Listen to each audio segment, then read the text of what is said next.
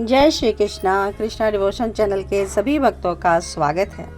हम सभी श्रीमद् भागवत महापुराण की कथा श्रवण कर रहे हैं और भगवान श्री कृष्ण में अपने मन को लगा रहे हैं।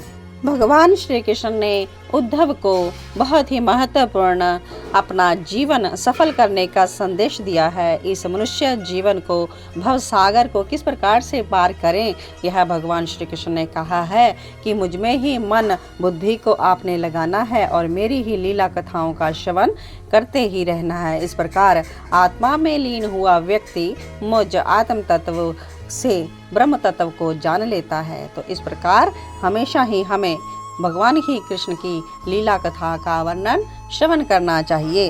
तो आज हम श्रीमद् भागवत महापुराण के 12वें स्कंद के 7वें अध्याय को श्रवण करेंगे। कल तक हम सभी ने जाना कि किस प्रकार से वेदों का विभाजन किया गया, वेद क्या हैं, वेदांग क्या हैं, उपांग क्या हैं और उपनिषद ग्रंथ क्या हैं। तो इस प्रकार से कल का वर्णन हमने श्रवण किया। लेकिन जो लोग वेदांतों को समझने में असमर्थ है, वेदों की जानकारी के लिए उनकी बुद्धि समर्थ नहीं है, तो उनके लिए भगवान श्री कृष्ण ने आगे पुराणों को वर्णन किया है। पुराणों क्या हैं, कितने हैं और किस प्रकार के हैं, किस पुराण में क्या जानकारी है, आज के वीडियो में हम यह जानेंगे। जय श्री कृष्णा। ओम श्री परमात्मने नमः। सच्चिदानंद रूपाय विश्वोत्पत्ति आदि हेतवा तापत्रय विनाशाय श्री कृष्णं वयं नमः। द्वादश स्कंद अध्याय 7वां पुराण ग्रंथ और उनके लक्षण। सूत जी और ऋषियों का संवाद है। सूत जी ने कहा कि हे ऋषियों, जो ज्ञान वेदों में संक्षिप्त और गूढ़ रूप से सूत्र रूप में भरा गया है, उसे ही लोक भाषा में अधिक स्पष्ट करने के लिए आख्यानों के माध्यम से पुराणों में वर्णित किया गया है। जो लोग वेदों के गूढ़ सूत्रों को समझने में असमर्थ हैं, उनके लिए पुराण साहित्य रचा गया। यह पुराण साहित्य 5वें वेद के रूप में ब्रह्मा जी के मुख से निकला था। पुराणों के 6 आचार्य प्रसिद्ध हुए हैं: ऋयारूणी, कश्यप, सावर्णी, अकृतवर्ण, वैशंपायन और हारित। सूत जी कहते हैं कि मेरे पिता श्री रोमहर्षण जी ने श्री वेद व्यास जी से पुराणों का अध्ययन किया था और मेरे पिता श्री रोमहर्षण जी ने पुराण संहिता पढ़ाई थी। उन 6 आचार्यों से मैंने पुराणों का अध्ययन किया था। पुराणों का मुख्य प्रतिपाद्य विषय अवतारवाद और उनकी उपासना है।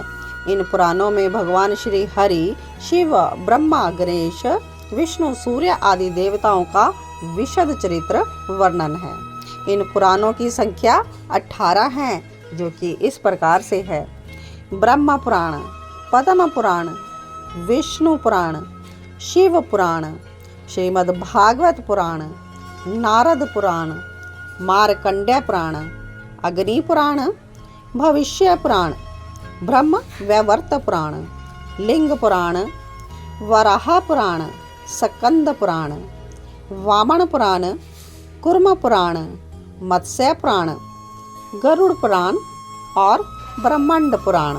तो आज आपने 18 पुराणों के नाम को श्रवण किया।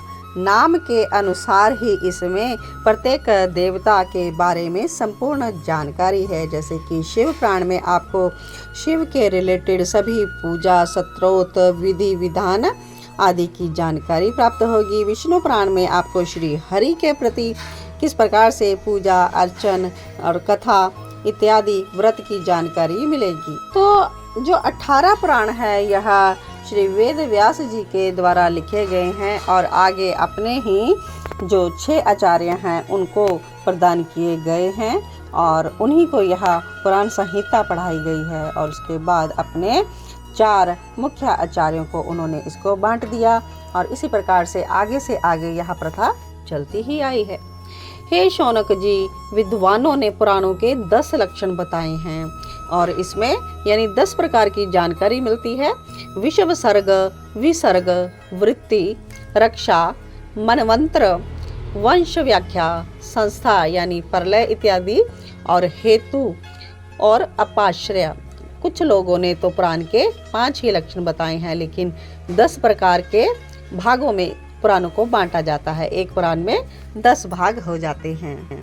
विषम सर्ग का अर्थ ये है कि सृष्टि का जन्म और विस्तार उसमें बताया जाता है, और विसर्ग का तात्पर्य है कि सृष्टि के विस्तार की क्षमता प्राप्त करके जब जीव अपने अच्छे बुरे कर्मों से दूसरों को जीवन प्राप्त करता है। वृत्ति जीवन निर्वाह की सामग्री है और चर प्राणियों द्वारा उपलब्ध की जाती है। विश्व कल्याण के लिए अपने भक्तों की रक्षा और दुष्टों का संहार करने के लिए भगवान अवतार लेते हैं, तो इसमें प्रत्येक पुराण के नाम अनुसार भगवान के अवतार की कथा भी मिलती है। मनु देवता, मनुपुत्र, इंद्र, सप्तऋषि और भगवान का अंश अवतार, इन 6 बातों की विशेषता से युक्त मनवंतर कहलाया जाता है। तो मनवंतर की जानकारी भी आपको पुराणों में मिलती है। राजाओं की वंश परंपरा को वंश लक्षण के अंतर्गत रखा गया है। उन राजाओं के वंशधरों के चरित्र का नाम वंशा अनुचरित है। विश्व का विनाश ही संस्था या प्रलय कहलाता है। तो विभिन्न प्रकार के प्रलय, इनकी जानकारी भी आपको पुराणों में से मिलती है। हेतु जीव है, क्योंकि सर्ग विसर्ग का वही हेतु है, यानी जीव को किस प्रकार से अपना उद्धार करना है, क्योंकि वही जीव इस संसार में आता है। 84 लाख जूनियों के बाद मनुष्य जन्म पाता है, तो मनुष्य जन्म के बाद वह इस आने जाने की जो आवागमन का चक्कर है, इससे छूट सकता है। तो जीव की भलाई के लिए इसमें बहुत सुंदर जानकारियाँ दी जाती हैं। ब्रह्म को अपाश्रय कहा जाता है, यानी ब्रह्म यानी परमात्मा, परम तत्व, इसके बारे में भी आपको पुराणों में ही जानकारी मिलती है।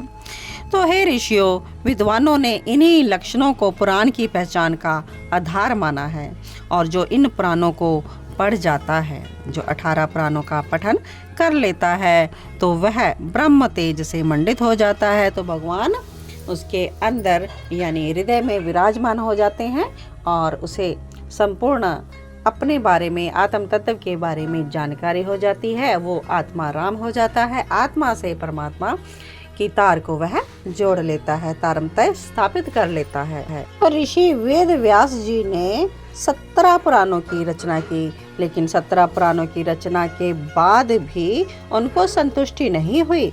उनको लगा कि मैंने तो भगवान श्री हरि कृष्ण के बारे में तो कुछ कहा ही नहीं। तो इसलिए उनके अपने ही मन में ऐसी जो भावना उत्पन्न हुई, तो उसके अंतर्गत उन्होंने 18वें पुराण यानी सभी पुराणों का निचोड़ श्रीमद् भागवत महापुराण को लिखा।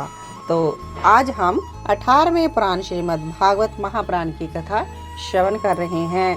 तो यह सभी पुराणों का सार है और सभी पुराणों में श्रेष्ठ है। श्रीमद् भागवत महापुराण की जय हो। आप सभी के हृदयस्थ बैठे प्रिया प्रीतम को मेरा कोटि कोटि वंदन। जय जय श्री राधे श्याम। सबको मिले श्री वृंदावन धाम की जय हो।